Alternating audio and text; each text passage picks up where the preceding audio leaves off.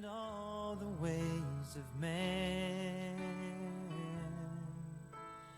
You were here before the world began. Above all kingdoms, above all thrones, above all wonders the world has ever known, above all wealth and treasures of the earth, there's no way to measure what you're worth. Crucified and laid behind a stone, you lived to die, rejected and alone, like a rose trampled on the ground. You took the fall and thought of me above all.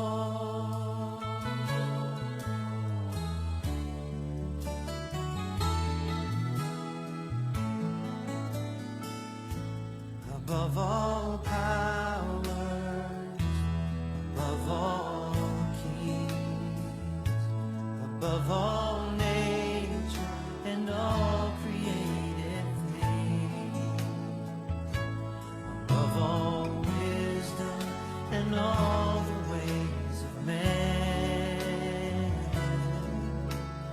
You were here before the world began.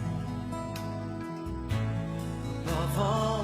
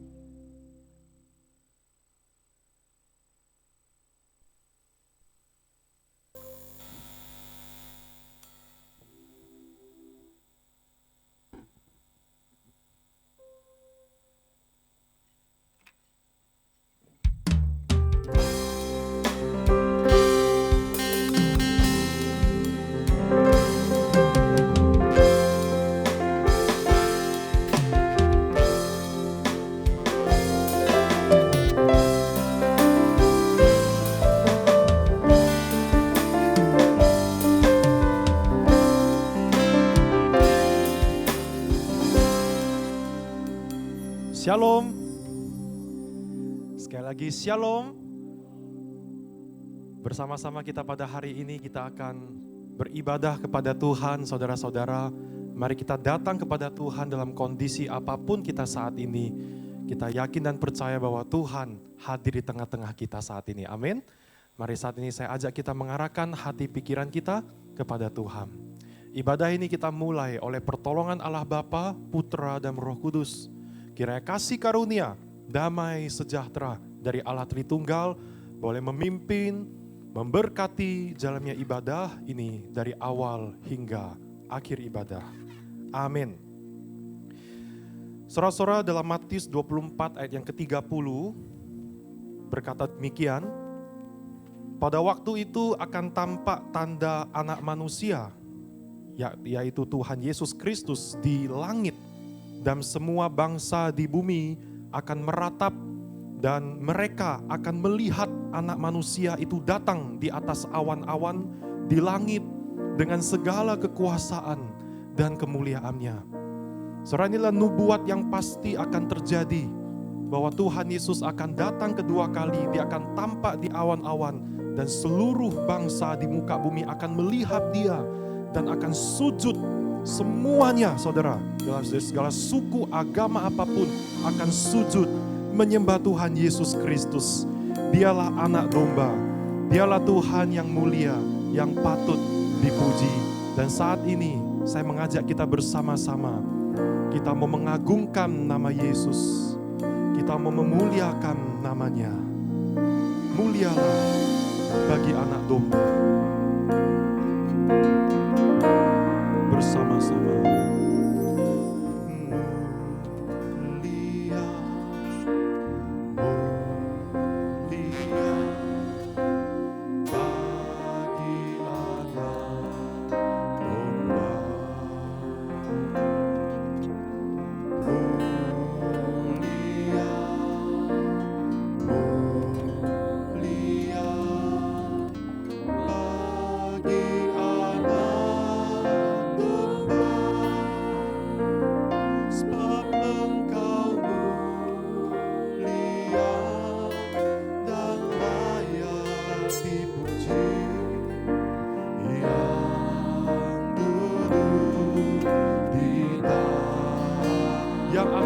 memerintah dunia ini.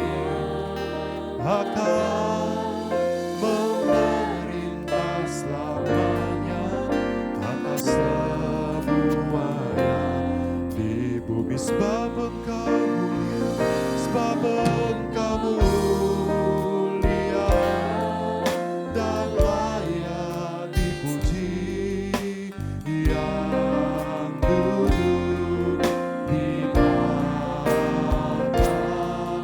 dan yang akan memerintah selamanya atas semuanya di bumi. Mari sama-sama kita mengangkat tangan, kita katakan mulia, mulia bagi anak domba. Mulia, mulia bagi anak. Mari segenap hati kita sembah, sebab Engkau mulia dan layak dipuji, yang duduk di tahta. Engkau yang akan memerintah dunia ini selama-lamanya atas semuanya di bumi. Mulia sebab Engkau mulia, yang duduk di tahta dan yang akan memerintah selamanya atas semuanya di bumi.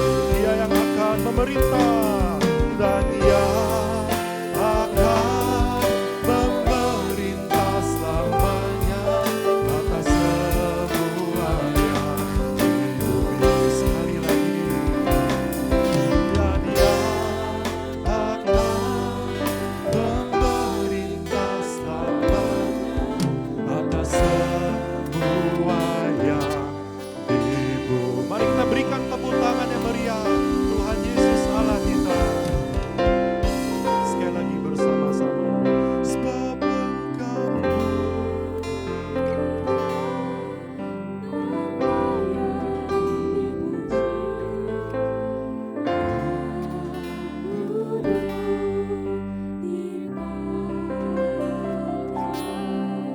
dan yang akan memerintah selamanya atas semuanya di bumi.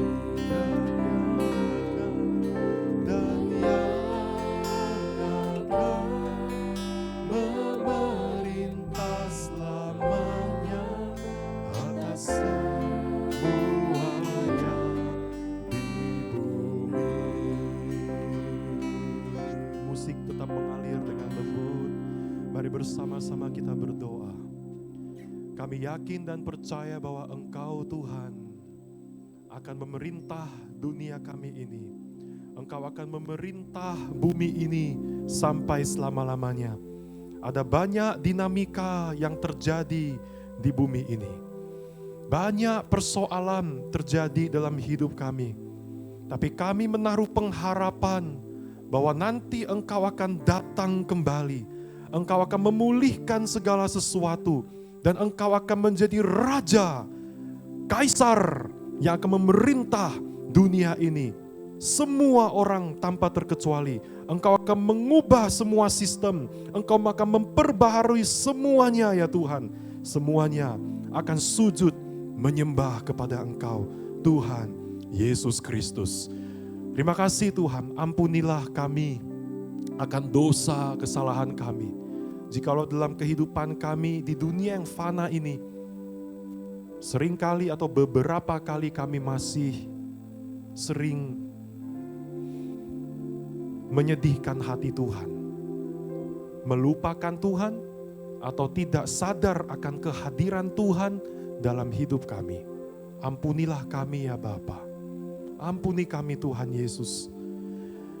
Biar dalam kehidupan kami Tuhan, dalam ibadah hari ini, kami boleh diingatkan lagi tentang Tuhan. Dan kami mau terus mengingat Tuhan di dalam kehidupan kami sehari-hari. Di dalam nama Tuhan Yesus Kristus, mari bersama-sama kita katakan, amin. Dengan tetap bangkit berdiri kita mengakui pengakuan iman kita, yaitu pengakuan iman rasuli. Iman rasuli.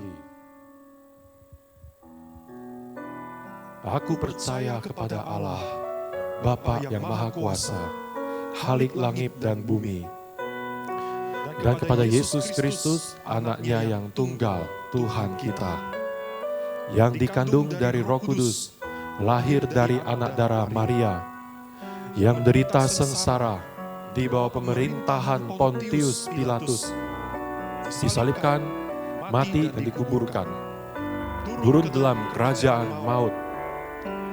Pada hari yang ketiga, bangkit pula dari antara orang mati. Naik ke surga, duduk sebelah kanan Allah, Bapa yang Maha Kuasa. Dan dari sana Ia akan datang untuk menghakimi orang yang hidup dan yang mati. Aku percaya kepada Roh Kudus, gereja yang kudus dan am, persekutuan orang kudus, pengampunan dosa, kebangkitan tubuh, dan hidup yang kekal. Amin. Silakan duduk kembali, saudara. Alkitab beberapa kali atau sering kali mengatakan bahwa inilah hari-hari terakhir atau inilah akhir zaman. Kita sudah tiba di akhir zaman. Ya. Tuhan Yesus dalam Matius 4 ayat 17 bahkan mengatakan, bertobatlah sebab kerajaan surga sudah dekat. Coba sama-sama katakan dengan saya, bertobatlah sebab kerajaan surga sudah dekat. 1, 2, 3. Bertobatlah sebab kerajaan surga sudah dekat. Inilah zaman di mana segala sesuatu sudah disempurnakan. Inilah zaman di mana segala sesuatu menyempurnakan dari semua nubuat-nubuat yang sudah ada dari zaman-zaman dulu. Saudara, mari bersama-sama kita menyanyikan pujian ini. Inilah zaman Elia. Inilah tahun Yobel, di mana kita akan menyambut Tuhan Yesus Kristus.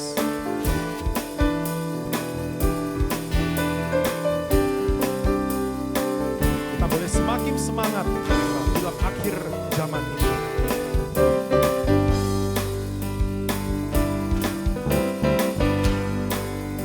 Sama-sama. Inilah zaman Elia, nyatakanlah firman Tuhan. Dan inilah zaman Musa, kebenaran dipulihkan.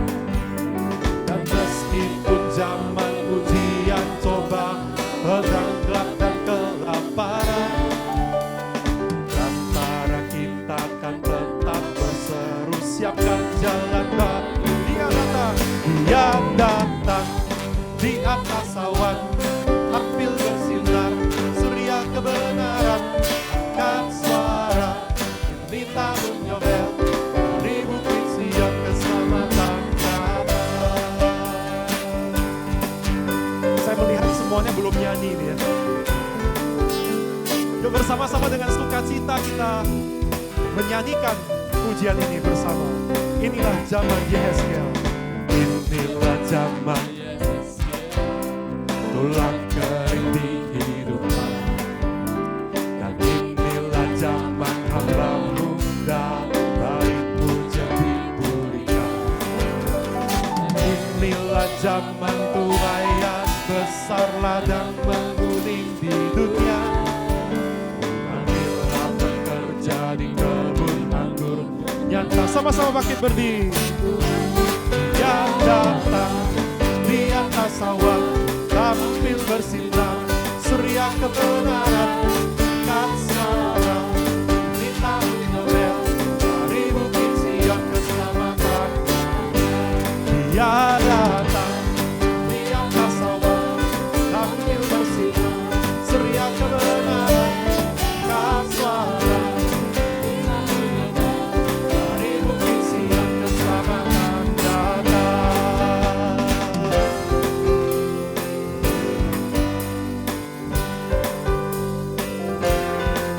Dia yang telah ada, yang ada sekarang, dan Dia yang akan datang.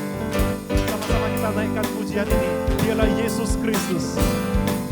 Yang telah ada, yang ada, yang akan datang.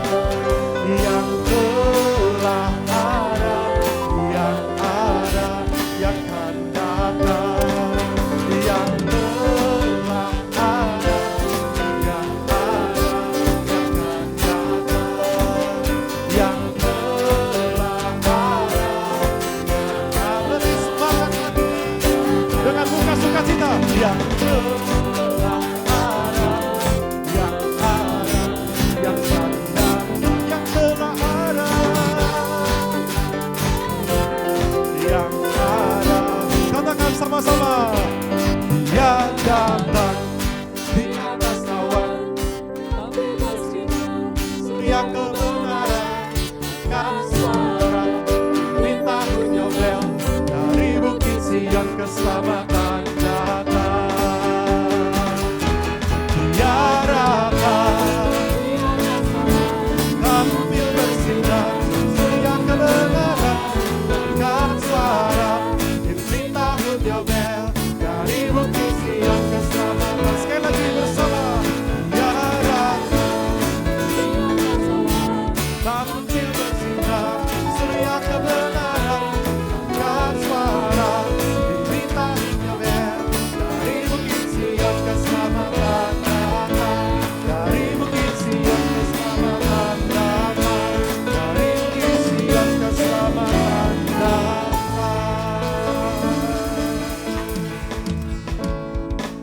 Amin. Saudara, dari pujian ini sebenarnya kita merasakan ada jaminan bahwa Tuhan sudah menyiapkan tempat tinggal seperti yang dikatakan dalam Yohanes 14 ayat yang kedua. Tuhan sudah menjamin masa depan kita di sorga. Maka kita juga percaya Tuhan menjamin kehidupan kita yang sedang berjalan sekarang. Amin. Coba katakan kanan kiri, katakan gini. Ada jaminan Tuhan dalam hidupmu, ya. Ada jaminan Tuhan di dalam hidupmu. Ya. Karena itu kita tidak usah gentar. Kita tidak usah takut dalam menjalani hidup ini, setiap persoalan yang ada, karena Yesuslah kekuatan di dalam kehidupan kita.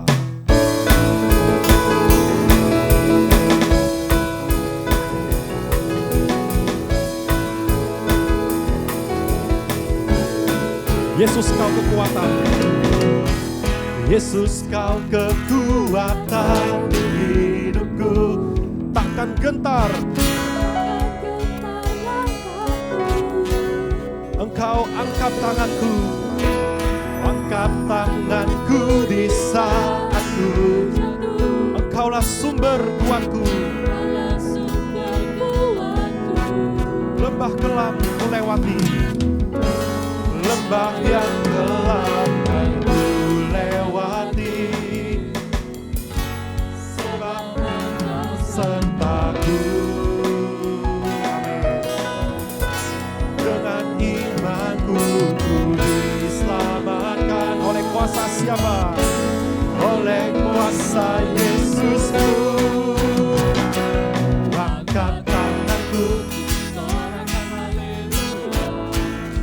Namamu berkuasa, surga bumi nyatakan. Ku angkat tanganku.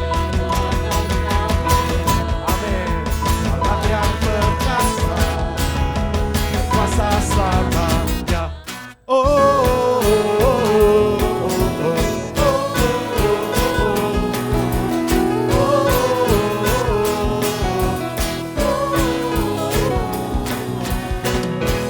Yesus kau kekuatan hidupku, takkan gentar langkahku. Kau angkat tanganku di saat ku jatuh, Kaulah sumber kuatku. Lembah yang gelap kan ku lewati. Amin. Sebab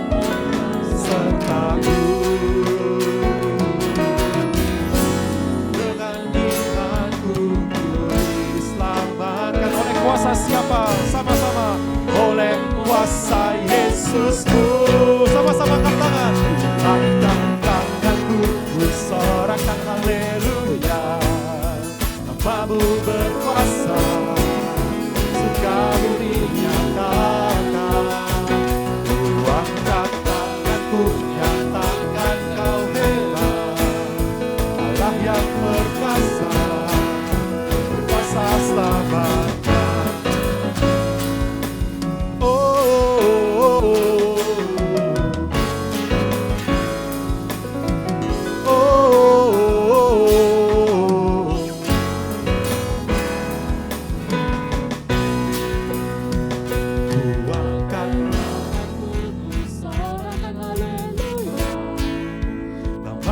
Berkuasa, surga bumi nyatakan.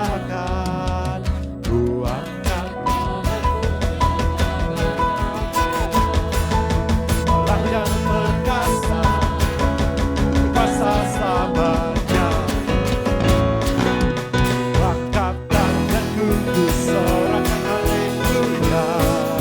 Namamu berkuasa, surga bumi nyatakan.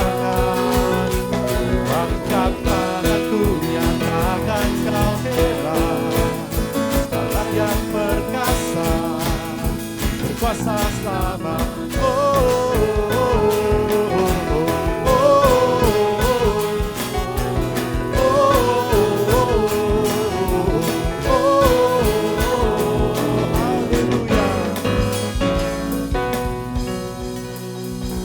Mari kita berikan sorak-sorai kepada Tuhan Yesus yang menjamin kehidupan kita. Silakan duduk kembali.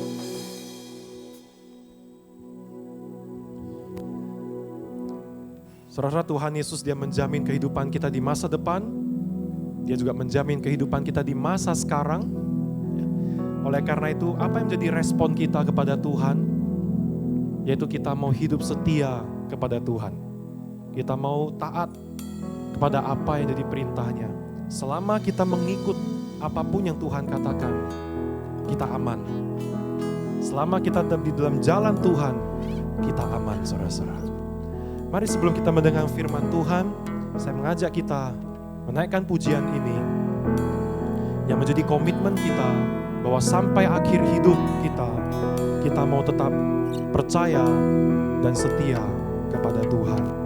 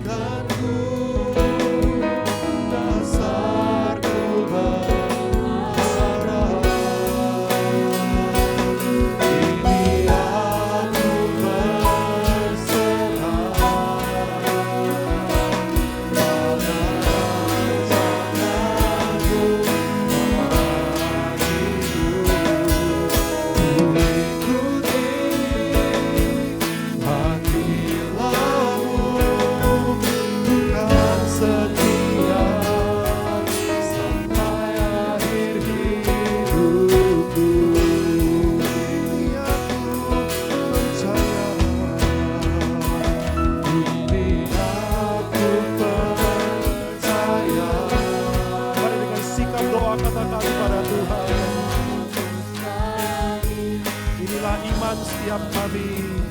Kuasa-Mu kuatkan kami Tuhan. Dasarku berharap, kini aku berserah. Tiada tanganku bagimu. Ku ikuti panggilanmu, bukan setia sampai akhir hidup.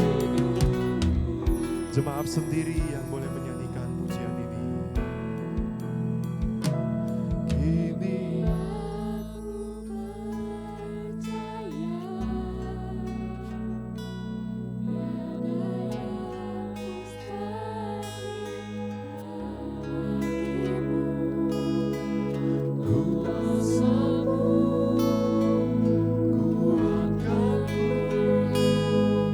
dasarku berharap,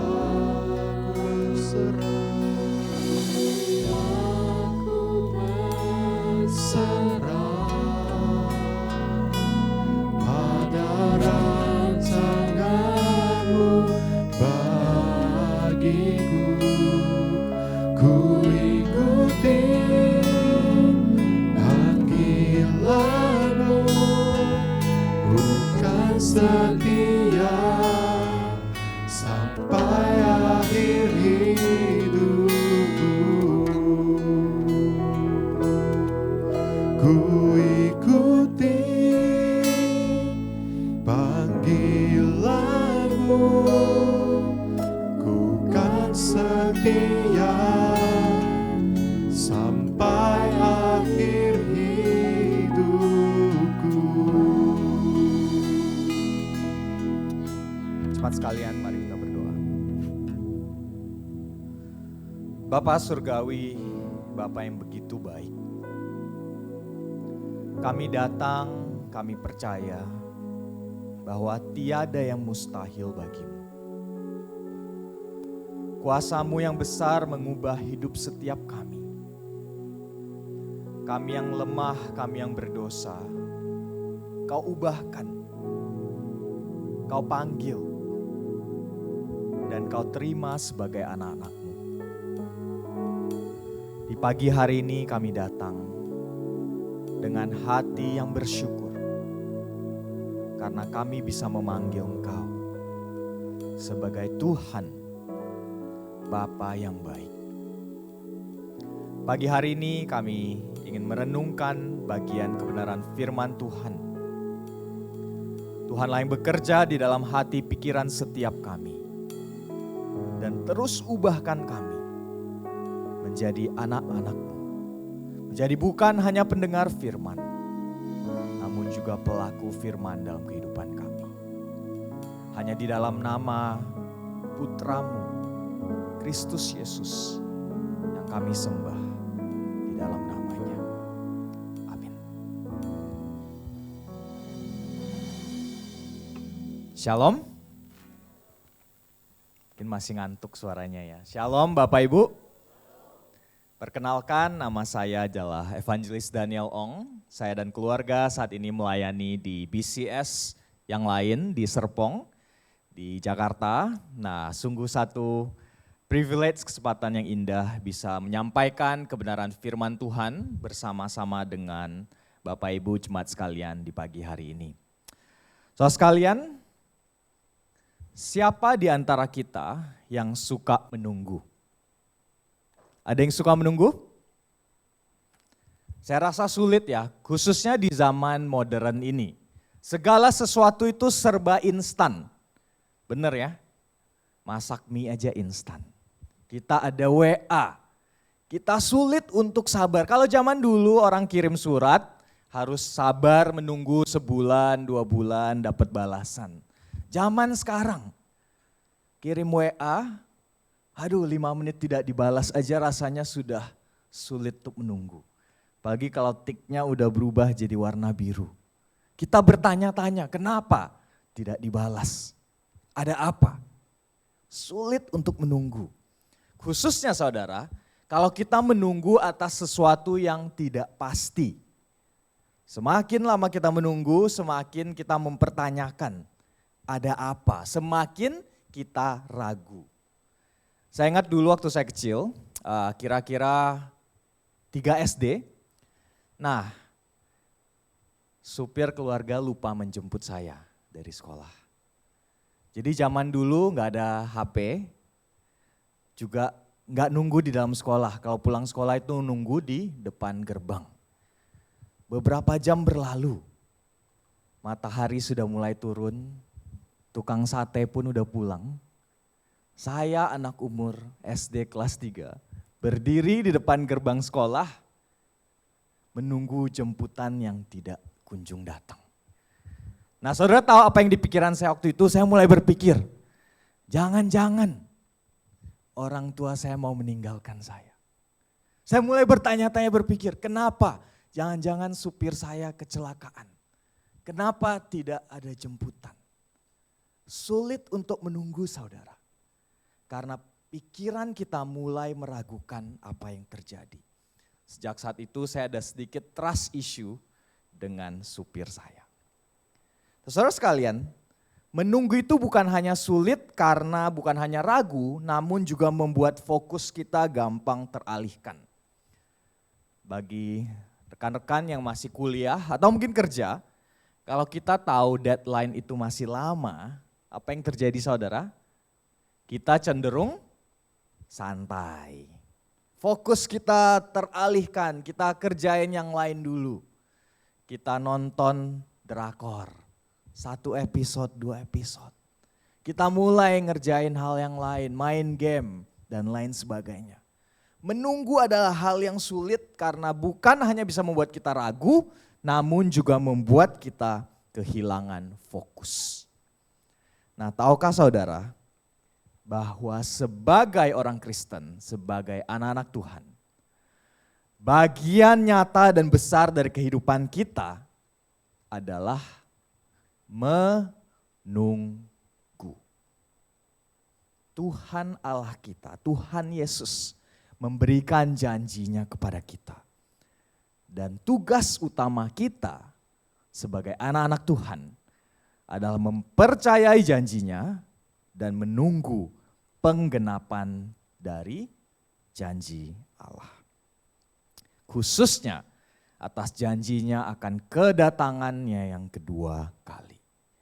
Nah, pertanyaan besarnya saudara, selama kita menunggu di kehidupan ini, lalu apa yang harus kita lakukan?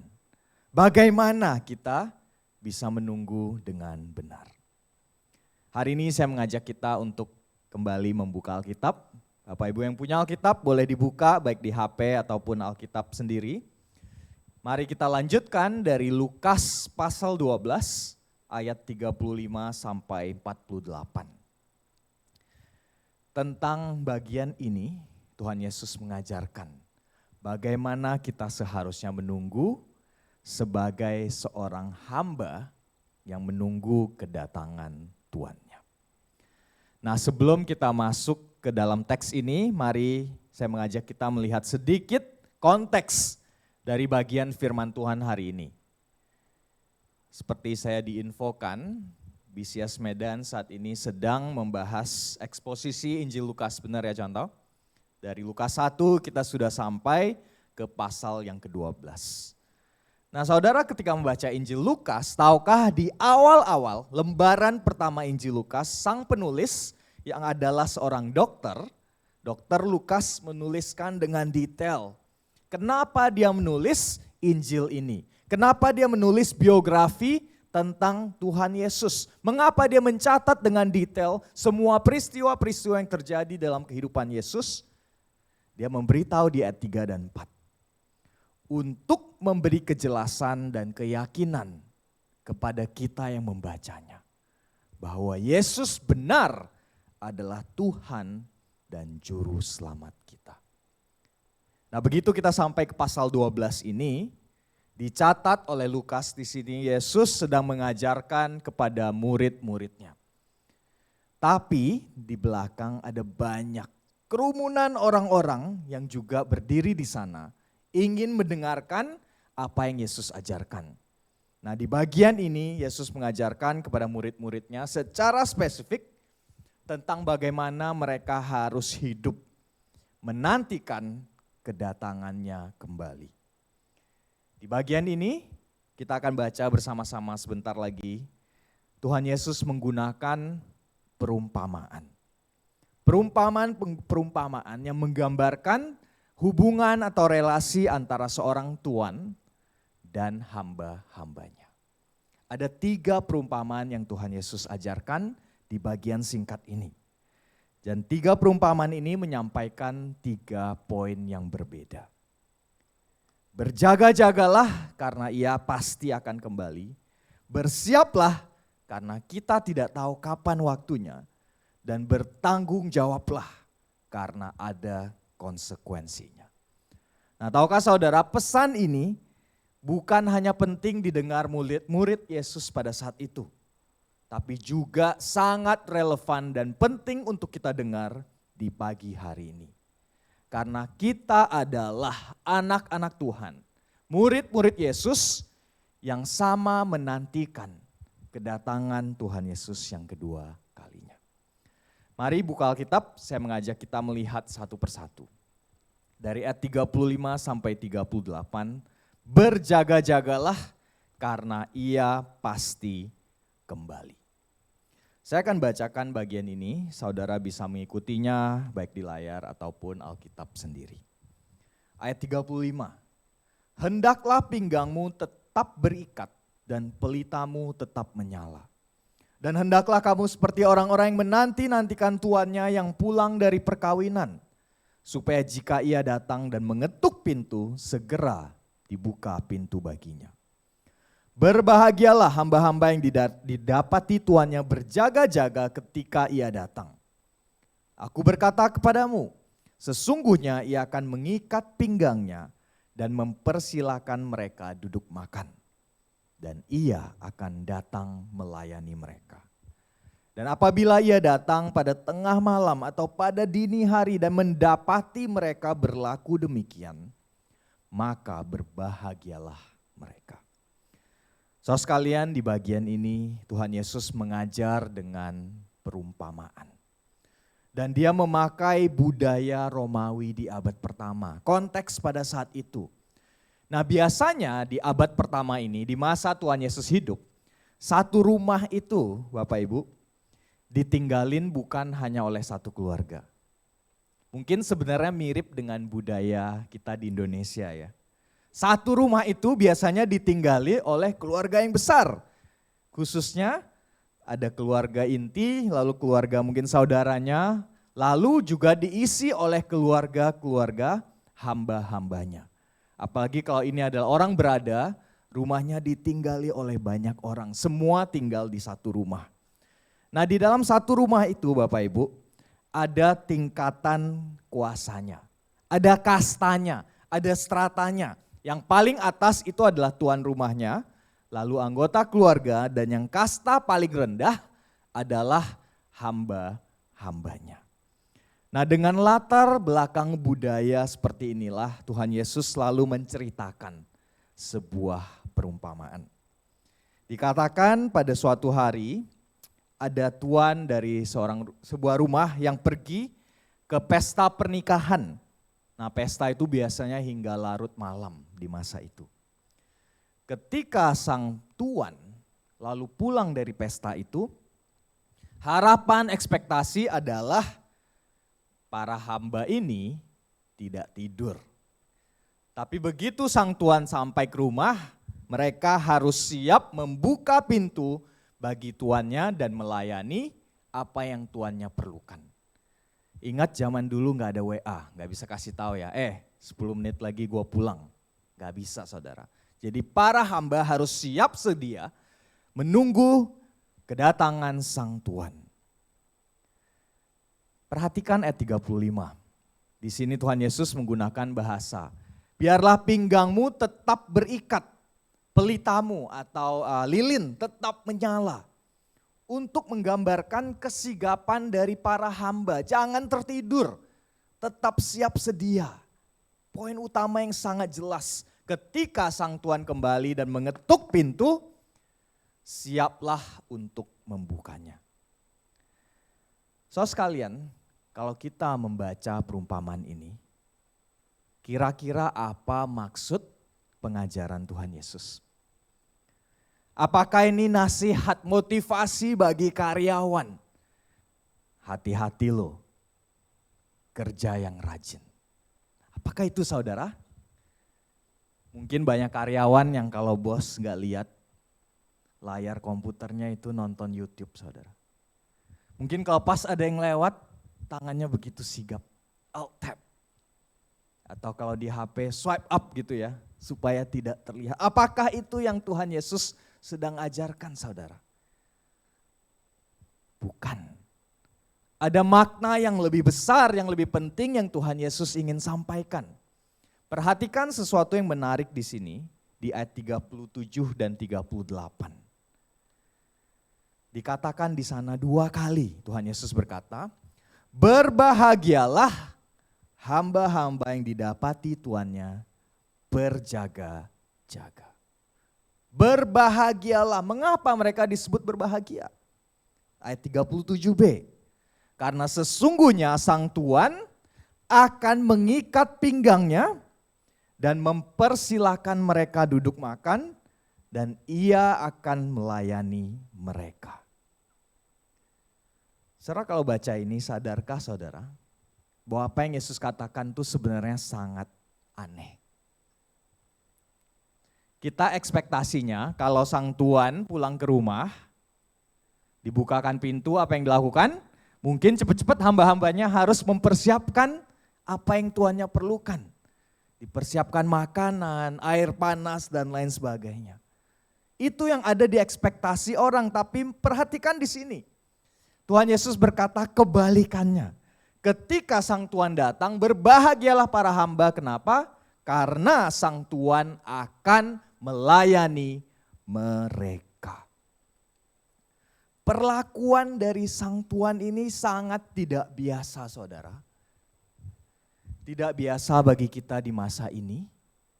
Apalagi bayangkan di budaya abad pertama. Di mana kasta dan strata itu begitu jelas. Apa yang dilakukan seorang tuan seperti itu dianggap memalukan, tidak pantas. Bagaimana mungkin seorang tuan melayani hamba-hambanya? Mengapa Tuhan Yesus mengajarkan ini saudara? Saya rasa sangat jelas perumpamaan ini ingin merujuk kepada sesuatu yang lebih besar daripada sekedar pelajaran moralitas.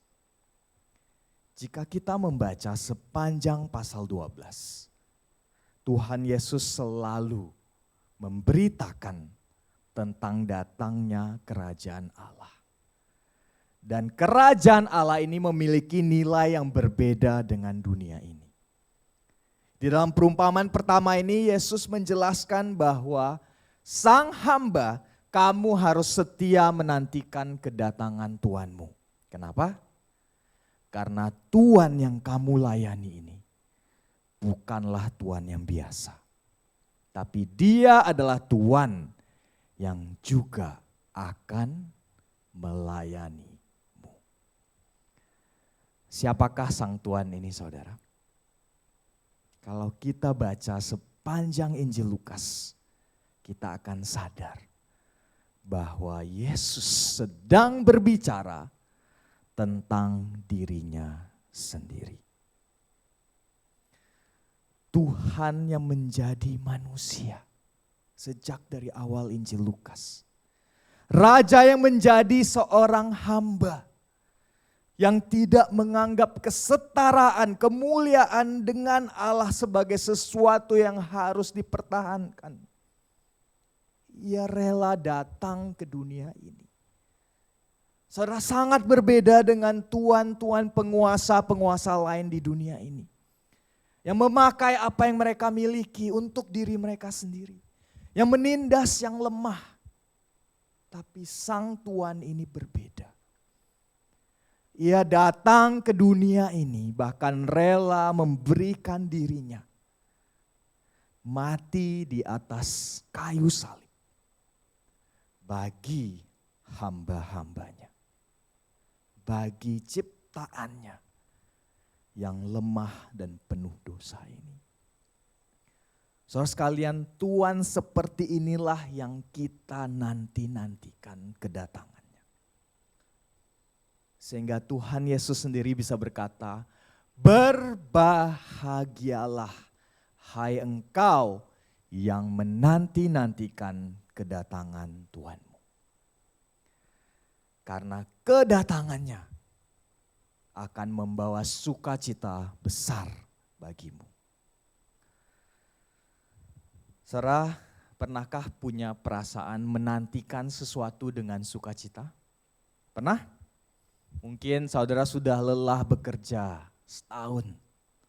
Di akhir tahun akhirnya saudara book liburan. Saudara beli tiket akhir tahun itu. Dan minggu-minggu menjelang liburan itu saudara menanti-nantikan dengan sukacita hari liburan itu. Atau mungkin keluarga yang menantikan kedatangan sang bayi yang sudah dinanti-nantikan 9 bulan. Menunggu datangnya dengan penuh antisipasi.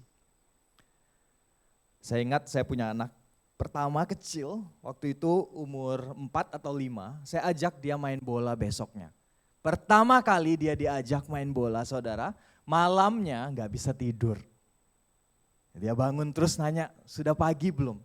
Sudah pagi belum? Kenapa? Karena dia menantikan dengan sukacita hari esok. Saudara, seperti itu jugalah kita sebagai murid-murid Tuhan Yesus menantikan kedatangan Dia. Di pagi hari ini izinkan saya bertanya, bagaimana dengan kita saudara?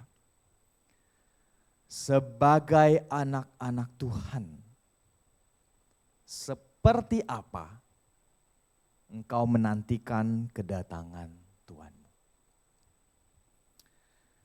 Apakah saudara setelah menanti sekian lama, saudara mulai ragu?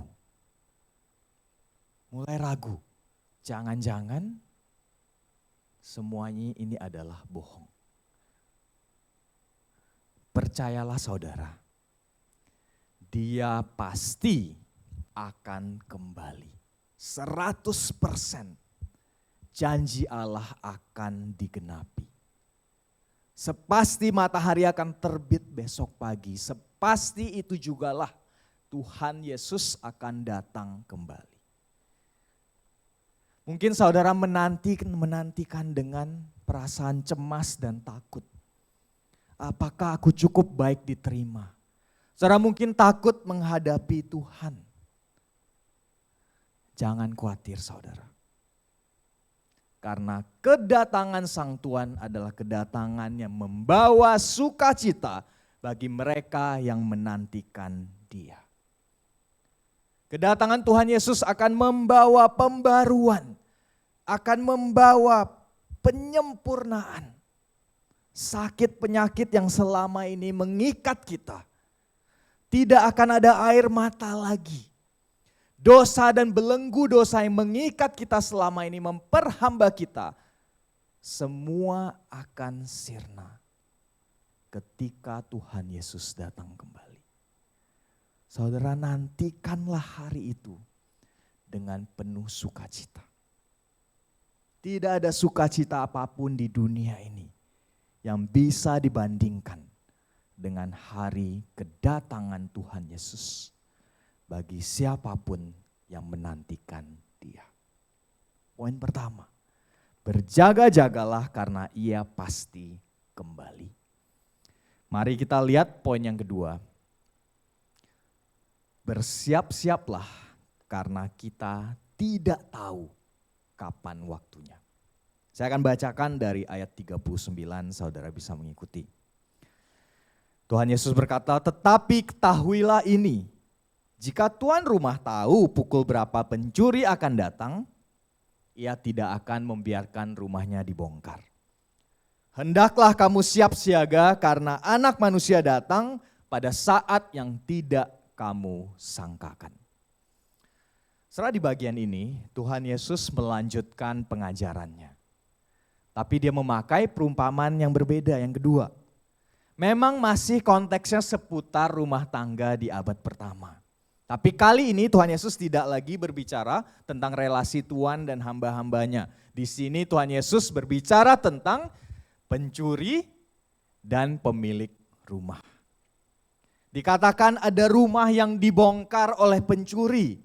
Dan Tuhan Yesus berkata, kalau tuan rumah itu tahu kapan pencuri itu datang, pasti dia sudah siap sedia dan tidak membiarkan rumahnya dibobol maling. Saudara, ada yang pernah rumahnya kemalingan? Gak apa-apa, boleh jujur. Tidak usah malu. Ada yang rumahnya pernah kemalingan?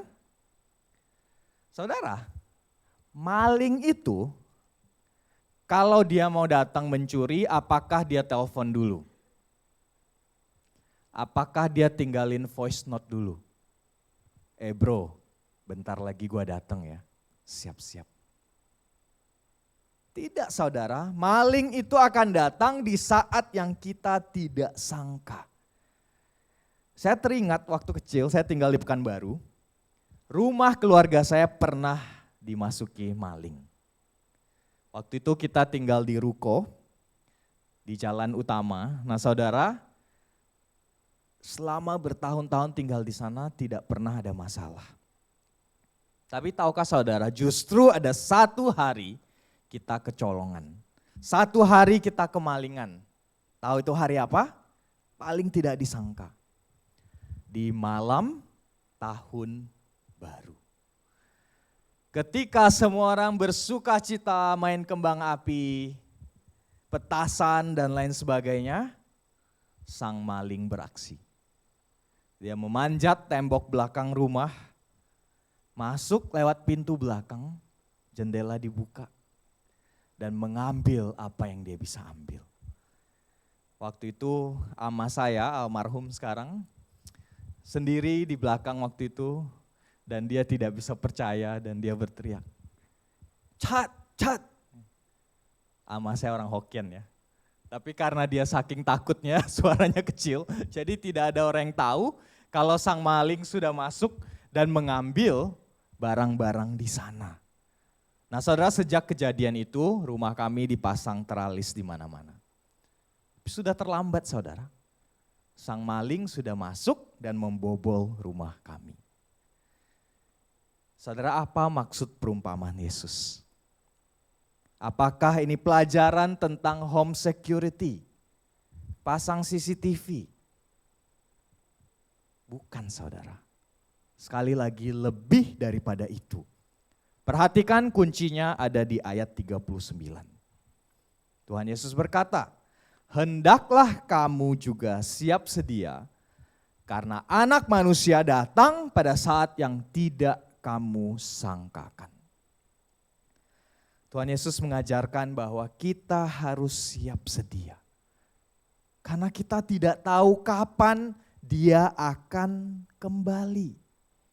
Saudara, jika poin pertama mengajarkan bahwa kedatangan Tuhan itu pasti, maka poin kedua Yesus mengajarkan bahwa kedatangannya itu tidak kita ketahui kapan. Bisa jadi sore ini, saudara. Bisa jadi besok. Bisa jadi setahun lagi, bisa jadi 100 tahun lagi, kita tidak tahu. Tapi poinnya, maksudnya sangat jelas, saudara. Apakah kita siap menghadapi kedatangan Yesus? Jika tidak siap, saudara. Ingat sekali lagi akan perumpamaan Yesus. Jangan sampai kecolongan. Saudara, ini hidup yang kita hidupi saat ini. Bukanlah waktu untuk terlena. Kita sudah hidup di zaman akhir. Ini adalah waktu yang Tuhan berikan. Kesempatan bagi kita untuk mengenal siapa Dia sebenarnya. Untuk mengenal Yesus dan mengapa Dia layak untuk disembah dan diikuti. Saudara, dunia akan menyibukkan kita dengan berbagai hal. Kejar karir itu, cari kebahagiaan itu, kumpulkan harta sebanyak-banyaknya. Nikmati apa yang bisa ada, menarik kita dari pengenalan akan Tuhan dan Juru Selamat kita. Saudara, jangan sampai kita sibuk mengerjakan hal-hal itu sehingga kita kedapatan tidak siap ketika Tuhan datang kembali. Saudara, kita hanya diberi satu hidup. Hanya ada satu hidup, satu kesempatan, saudara. Dunia mengatakan you only live once. Oleh karena itu, nikmati seenak-enaknya, sebanyak-banyaknya. Tapi firman Tuhan berkata, you only live once. Hidupi baik-baik. Cari tahu mengapa kita perlu Tuhan Juru Selamat itu. Tahukah saudara, setiap hari yang bisa kita lewati, itu adalah anugerah, kesempatan dari Tuhan yang diberikan kepada kita di masa kesabaran Tuhan. Agar kita berpaling kembali kepada Dia. Saudara, bagi kita yang mungkin selama ini sebagai orang Kristen merasa saya sudah siap menantikan kedatangan Yesus. Waspadalah, siap sedialah. Gampang ketika kita menanti untuk kehilangan fokus. Saya tahukah hidup nyaman, hidup enak, itu juga bisa membuat kita lupa Tuhan. Mungkin kita sedang sukses, mungkin hidup baik-baik saja. Karir berjalan dengan baik, usaha berjalan dengan baik. Dan kita berpikir, Tuhan jangan cepat-cepat kembali. Aku masih mau ini, aku masih mau itu.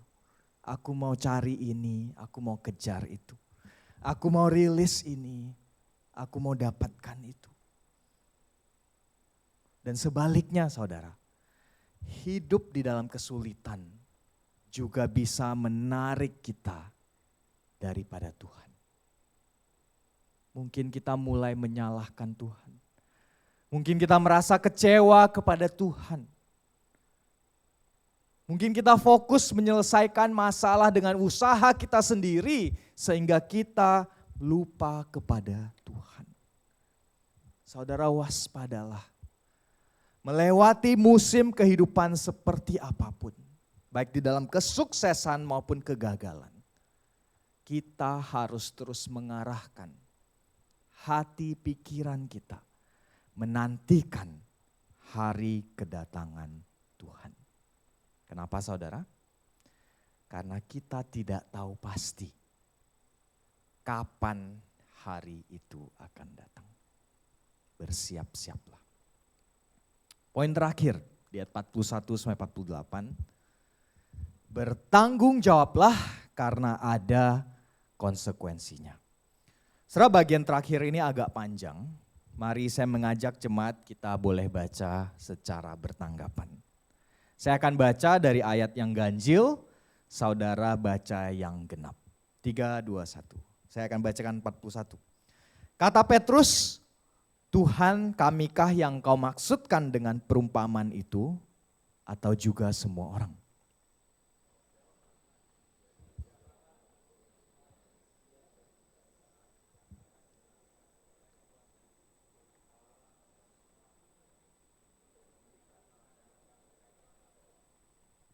Berbahagialah hamba yang didapati tuannya melakukan tugasnya itu ketika tuannya itu datang.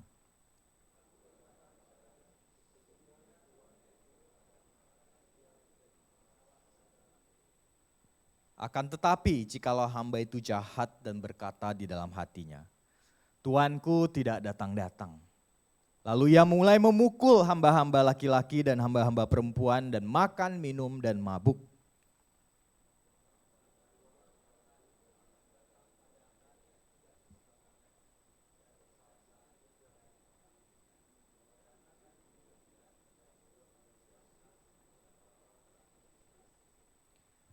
Adapun hamba yang tahu akan kehendak tuannya tetapi yang tidak mengadakan persiapan atau tidak melakukan apa yang dikehendaki tuannya, ia akan menerima banyak pukulan.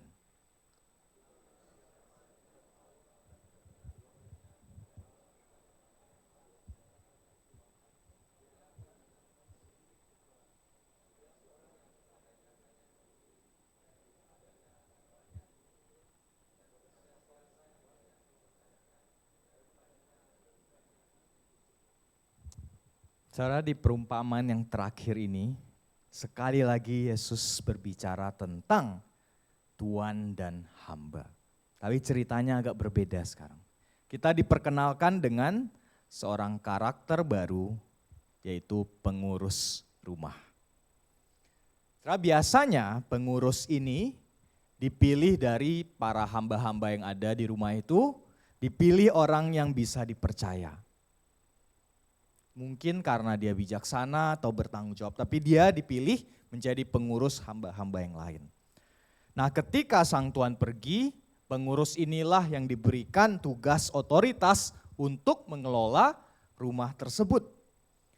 Saudara, perumpamaan ini agak panjang, kita tidak akan bahas dengan detail. Tapi singkat cerita di kisah ini, Tuhan Yesus menggambarkan ada tuan yang pergi, lalu pengurus ini dipercaya. Nah, pengurus ini punya pilihan untuk melakukan dua hal. Pertama, ia bisa dengan setia melaksanakan tugasnya sesuai dengan kehendak tuannya. Atau yang kedua, sang pengurus ini bisa berpikir, tuanku perginya lama, dia mungkin gak akan kembali lagi. Lalu dia mulai menyalahgunakan kekuasaannya. Dia minum mabuk-mabukan.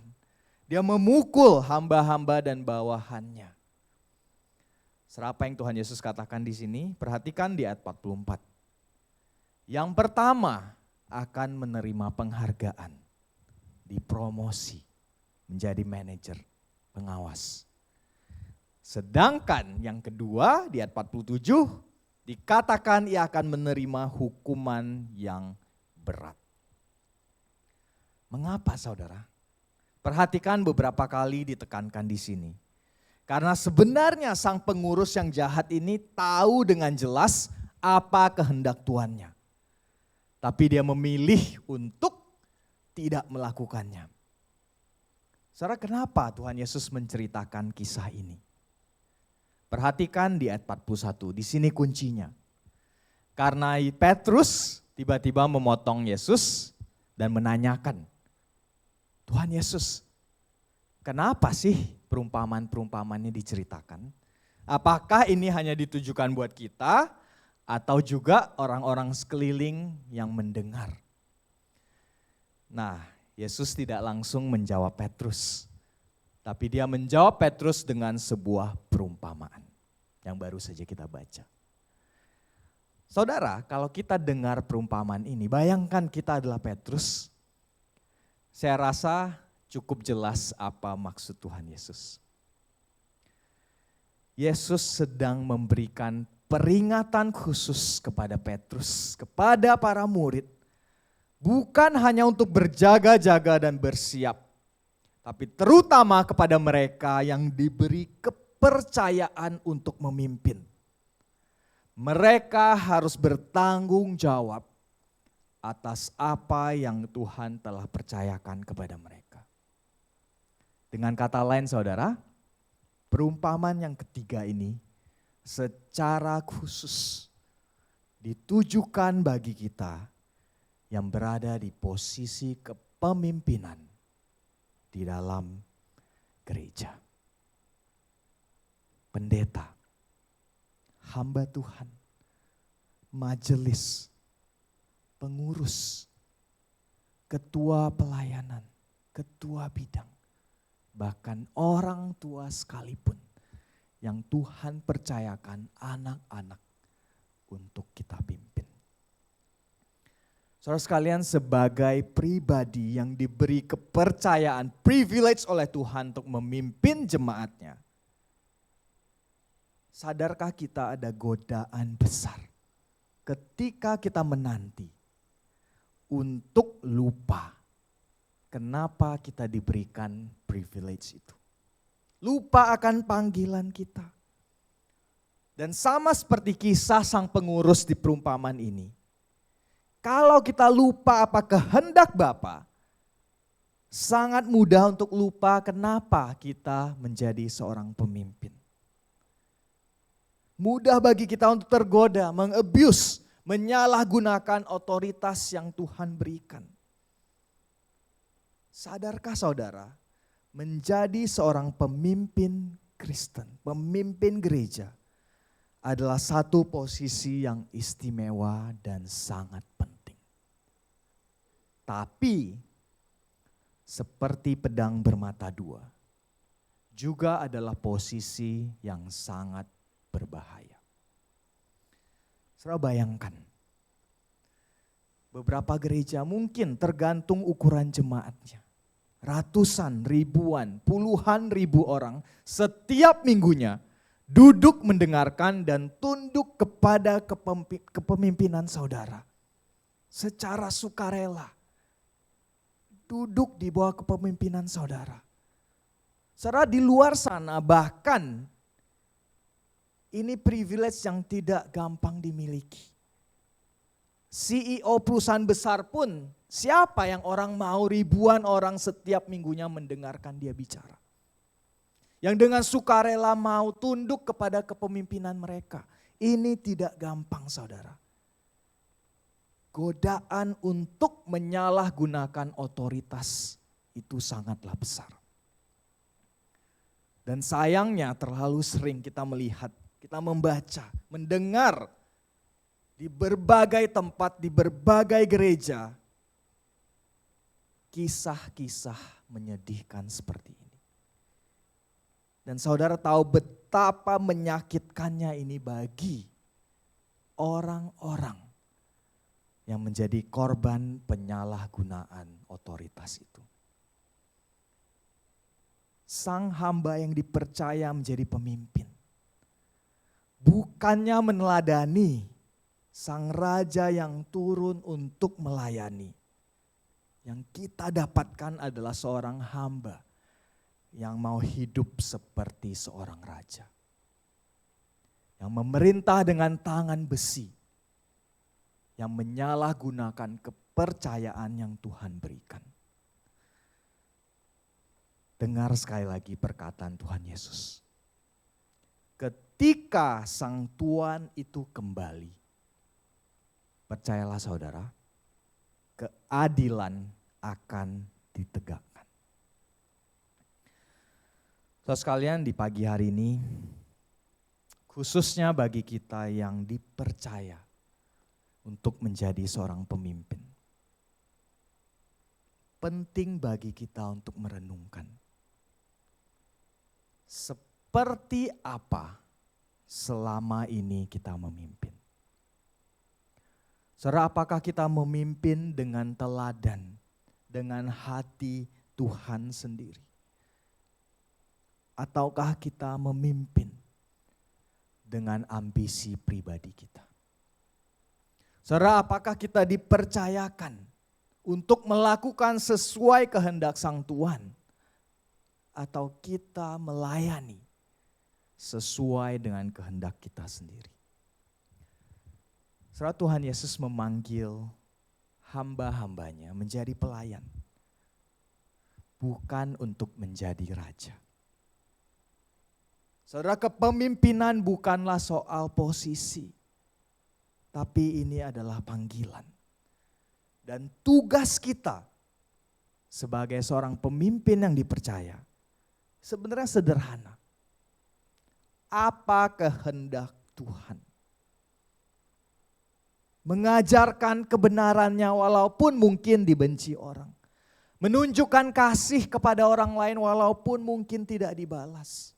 Menjalani hidup taat kepada apa yang ia katakan walaupun mungkin dianggap bodoh oleh orang dunia ini. Sekalian, jemaat PCS Medan. Perkataan Tuhan Yesus ini adalah alasan penting kenapa kita harus berdoa bagi pemimpin-pemimpin kita. Pagi ini izinkan saya bertanya, seberapa sering saudara mendoakan pemimpinmu? Seberapa sering saudara berdoa bagi hamba Tuhan, bagi pengurus gereja, bagi pemimpin, siapapun yang Tuhan percayakan, bagi para orang tua. Saudara, godaan itu besar, doakan mereka agar mereka menunggu dengan setia. Ditemukan setia ketika Sang Tuan yang agung ini kembali kelak. Saudara sekalian, di awal khotbah ini saya menyebutkan kalau menunggu itu sulit. Saya rasa semua dari kita setuju. Menunggu itu sulit. Membuat kita ragu, kehilangan fokus, dan lupa kenapa kita menunggu. Tapi saudara, kehidupan Kristen tidak bisa dipisahkan dari menunggu. Dari penantian. Kita tidak bisa skip. Kita tidak bisa bypass. Kita harus dengan setia menunggu. Menunggu mempersiapkan diri dengan baik. Dan firman Tuhan hari ini mengajarkan kita 3 hal sederhana. Menunggu, menanti dengan berjaga-jaga. Menanti, menunggu dengan bersiap-siap. Dan menanti, menunggu dengan bertanggung jawab. Saudara, dalam hidup ini, saya yakin setiap dari kita hidup mempersiapkan banyak hal dengan baik. Pendidikan anak, kita sudah planning. TK, SD, SMP, SMA di mana. Finansial, keuangan kita budgeting, kita planning dengan baik. Menabung untuk membeli sesuatu. Banyak hal kita persiapkan dengan baik. Kesehatan kita.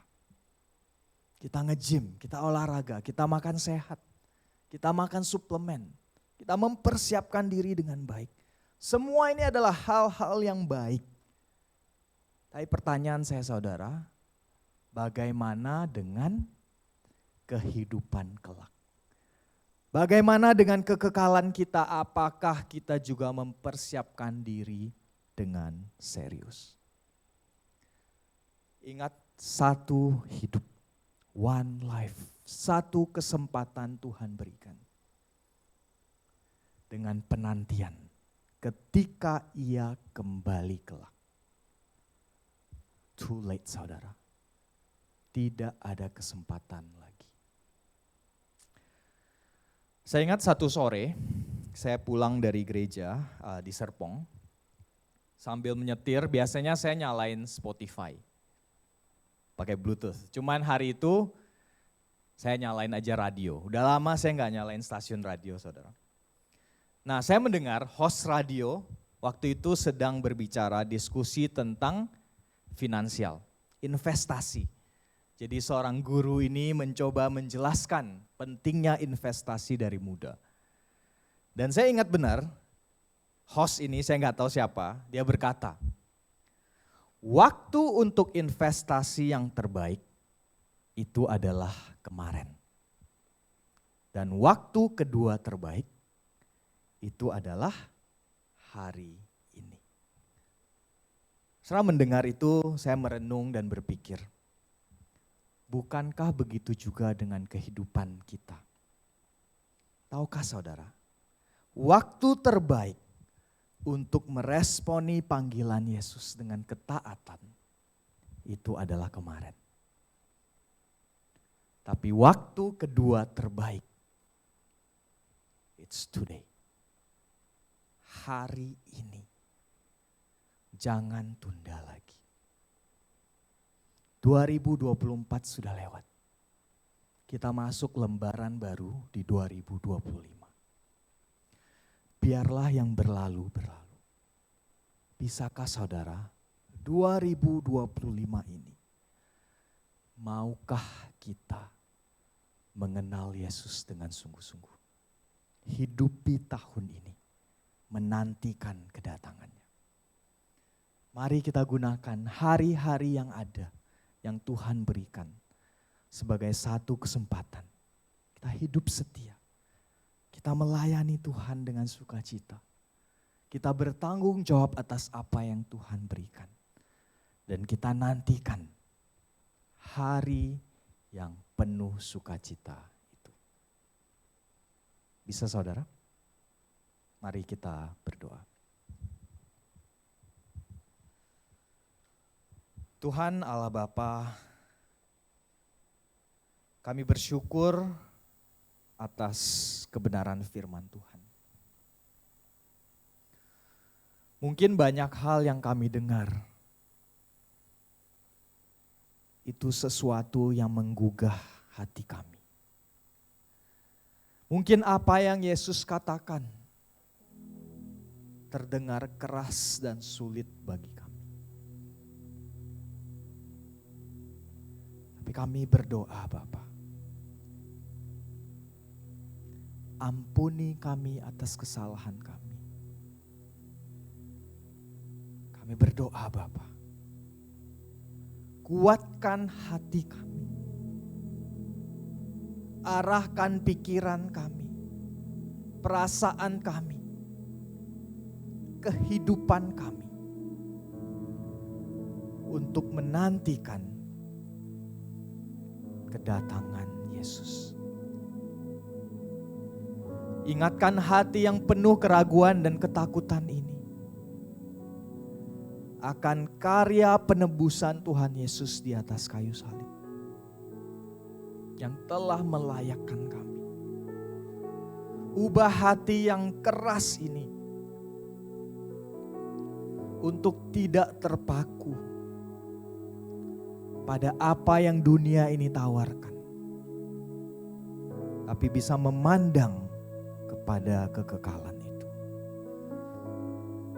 Dan berikan kami hati yang menunggu dengan penuh sukacita akan penggenapan dari janji Allah. Dan ketika kami hidup saat ini Bapa, secara khusus hamba-Mu berdoa bagi kami yang dipercayakan untuk memimpin. Ingatkan kami sekali lagi akan apa kehendak Tuhan. Jadikan kami setia hingga akhir hidup kami. Kami berdoa bagi setiap kami di pagi hari ini. Di tahun yang baru, Tuhan berikan satu kekuatan baru. Satu visi baru dari Tuhan. Untuk bagaimana memakai hidup kami. Pelayanan kami, pekerjaan kami, relasi kami.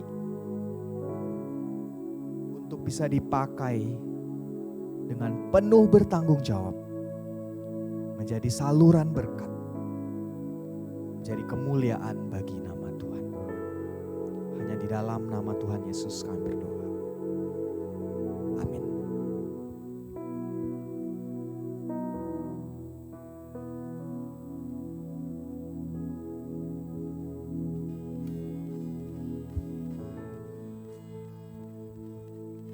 Saudara, firman Tuhan yang boleh mengingatkan kita sekali lagi, Tuhan Yesus Kristus akan datang yang kedua kali, itu pasti. Kita sekarang dalam masa penantian, mari kita boleh menunggu dengan setia, menunggu sampai akhir kehidupan kita, Tuhan dapati kita setia kepada Dia. Amin. Belum semuanya ya. Siapa di sini yang mau setia sampai akhir pada Tuhan Yesus? Boleh coba lambaikan tangan di hadapan Tuhan. Amin ya. Kita berikan tepuk tangan untuk Tuhan Yesus yang sangat baik kepada kita. Mari kita bersama-sama kita naikkan pujian ini sembari kita akan memberikan persembahan yang terbaik pada Tuhan. Bapa, Engkau mengenalku lebih dari siapapun.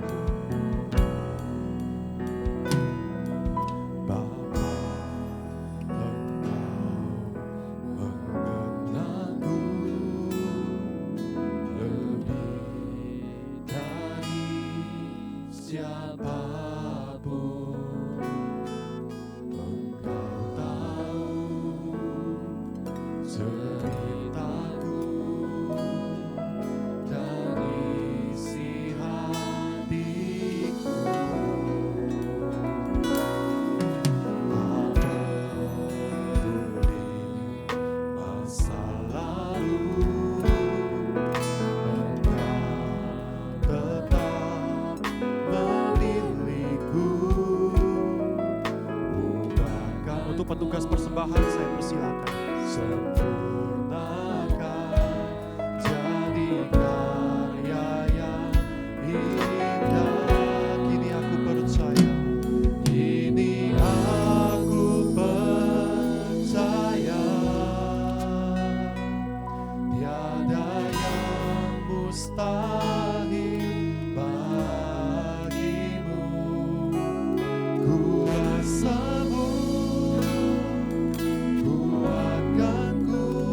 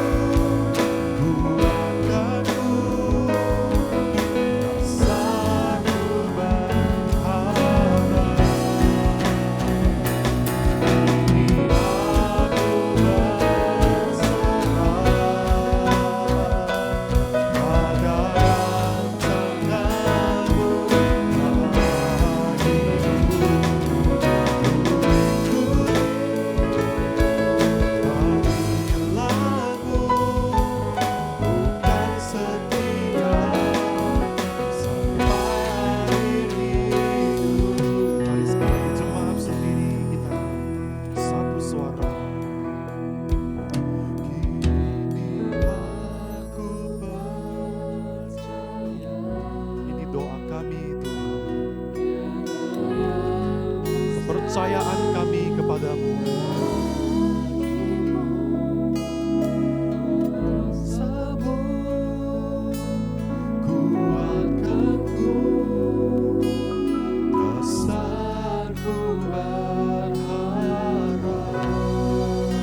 Mari kita berserah kepada Tuhan, kepada setiap rancangan-rancangan Tuhan.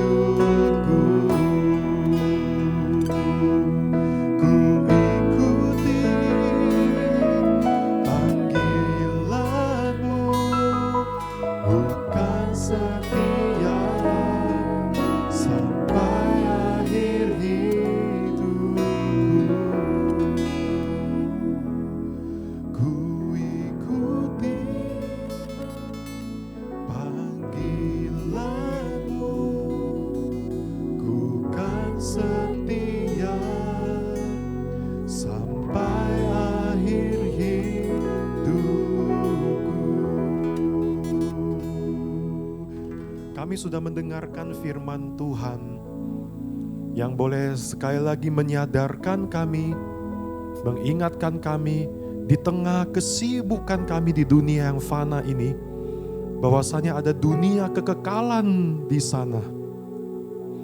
Dunia kekekalan yang real, yang nyata, yang akan datang kembali nanti, yang kami semua pasti akan alami nanti. Terima kasih untuk firman-Mu ya Tuhan, yang boleh menyingkapkan, membukakan hati pikiran kami terhadap hal-hal spiritual, hal-hal yang real, yang Tuhan Yesus nyatakan kepada setiap kami.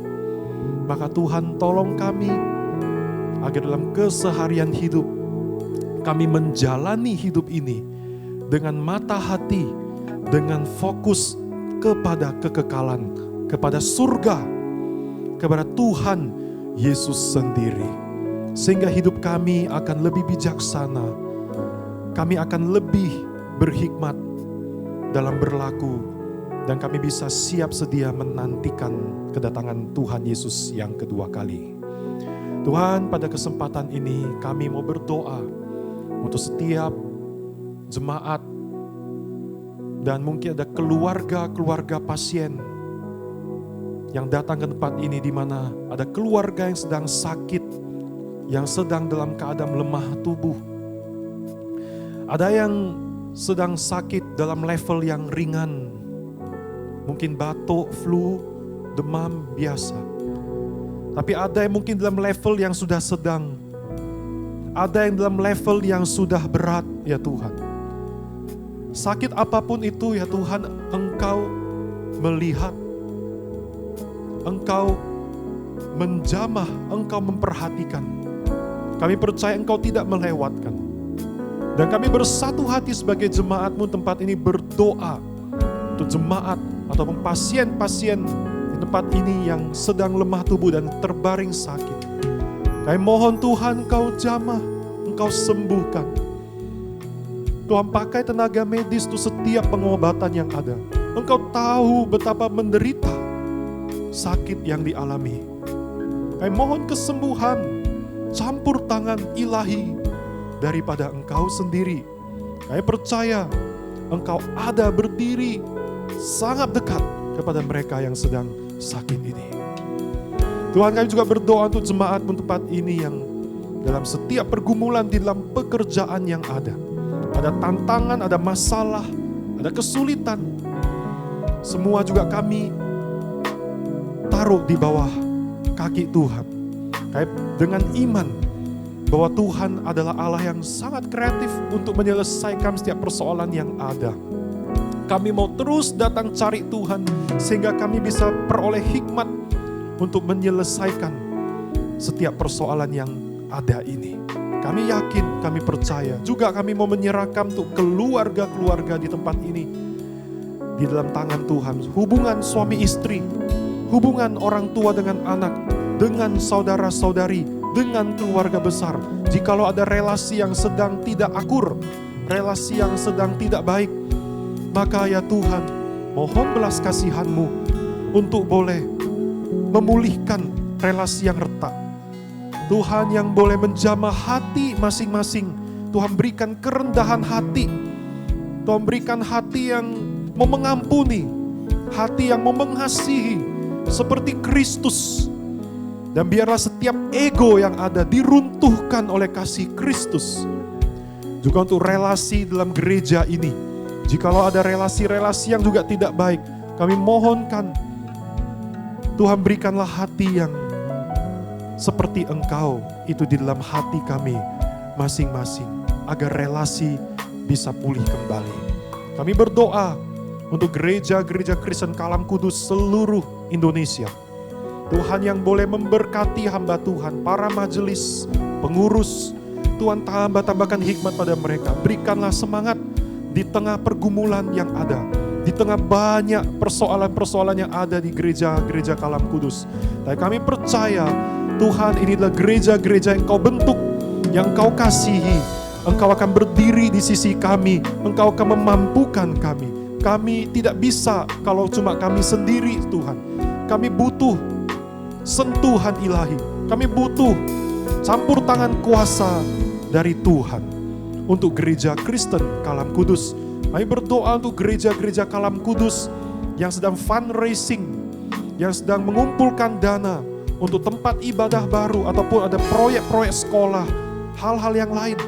Kami berdoa ya Tuhan. Salah satunya juga adalah untuk Kalam Kudus BCS Serpong. Kami bersyukur karena Tuhan sudah menyertai fundraising selama ini. Dan kami berdoa agar kiranya Tuhan yang boleh menunjukkan jalan, Tuhan yang boleh singkapkan jalan itu kepada gereja. Kami percaya dengan keyakinan Engkau yang menjaga, Engkau yang memelihara gerejamu. Kami tidak takut dan kami tidak khawatir Tuhan. Semua akan dijawab oleh Tuhan tepat atau indah pada waktunya. Terima kasih Tuhan, kami juga berdoa untuk bangsa kami Indonesia. Terus untuk pemerintah, Tuhan terus sadarkan mereka agar mereka boleh memiliki hati yang cinta kepada manusia, rakyat Indonesia, bukan kepada sistem yang ada. Tuhan jamalah pemerintah kami ini. Meskipun terlihat agak mustahil, tapi kami tetap berseru. Kami percaya kepada Tuhan. Kami percaya tidak ada yang mustahil bagi Tuhan. Inilah doa, inilah persembahan kami kepada Tuhan. Kami memberi bukan supaya bisa dapat lebih banyak berkat, tapi kami memberi karena kami sudah diberkati oleh Engkau. Di dalam nama Tuhan Yesus Kristus kami berdoa, dan bersama-sama kita katakan amin. Mari bersama-sama pujikan doksologi. Kemuliaan hanya bagi nama Tuhan.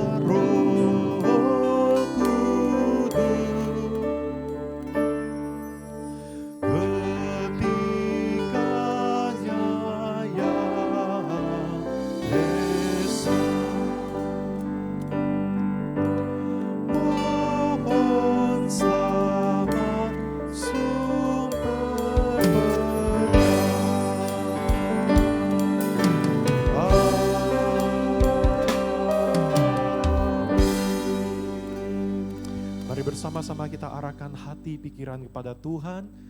Sebelum pulang meninggalkan tempat ibadah, terimalah berkat dari Allah Tritunggal. Kiranya damai sejahtera yang berlimpah-limpah dari Allah Bapa, kasih karunia yang tak terbatas dari Tuhan Yesus Kristus, kuasa penghiburan, pimpinan dari Allah Roh Kudus akan senantiasa memimpin kehidupanmu, memberkati kehidupanmu dan keturunanmu mulai dari sekarang ini sampai selama-lamanya. Amin.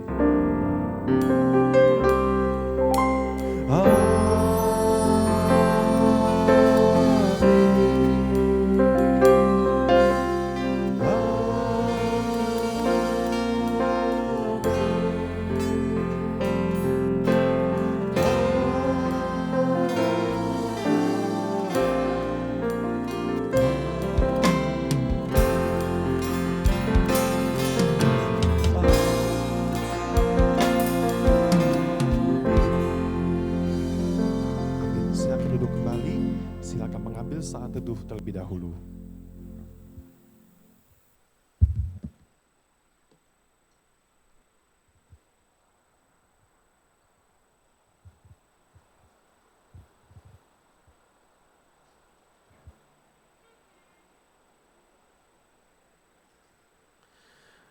Selamat hari Minggu, saudara-saudara semua. Shalom. Silakan boleh kasih jabat tangan, kanan kiri depan belakang, katakan selamat hari Minggu, happy Sunday.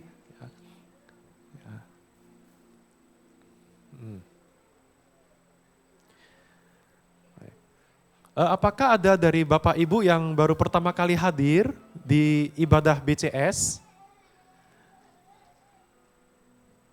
Jikalau ada, mungkin berkenan bangkit berdiri.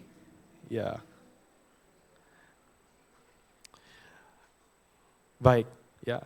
Saya mewakili pengurus dan jemaat mengucapkan terima kasih ya kepada Chuantau Daniel Ong yang telah menyampaikan firman Tuhan. Tuhan yang senantiasa memberkati pelayanan senantiasa di BCS Serpong. Oke.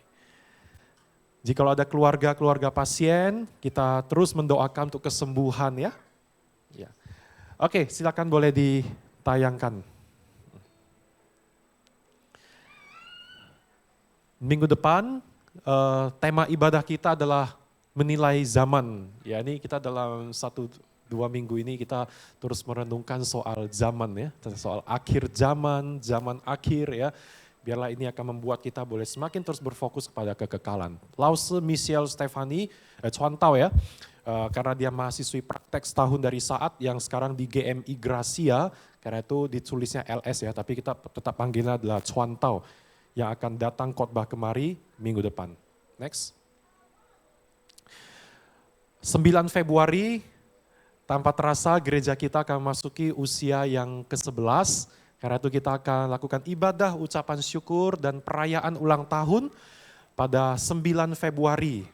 Ya, maka jemaat, ayo kita sama-sama datang, kita boleh ajak saudara, ini adalah momen untuk kita boleh mengajak ya kawan yang mungkin belum percaya kepada Tuhan untuk sama-sama datang di tempat ini dengan tema HUT kita kali ini adalah My Church, My Home.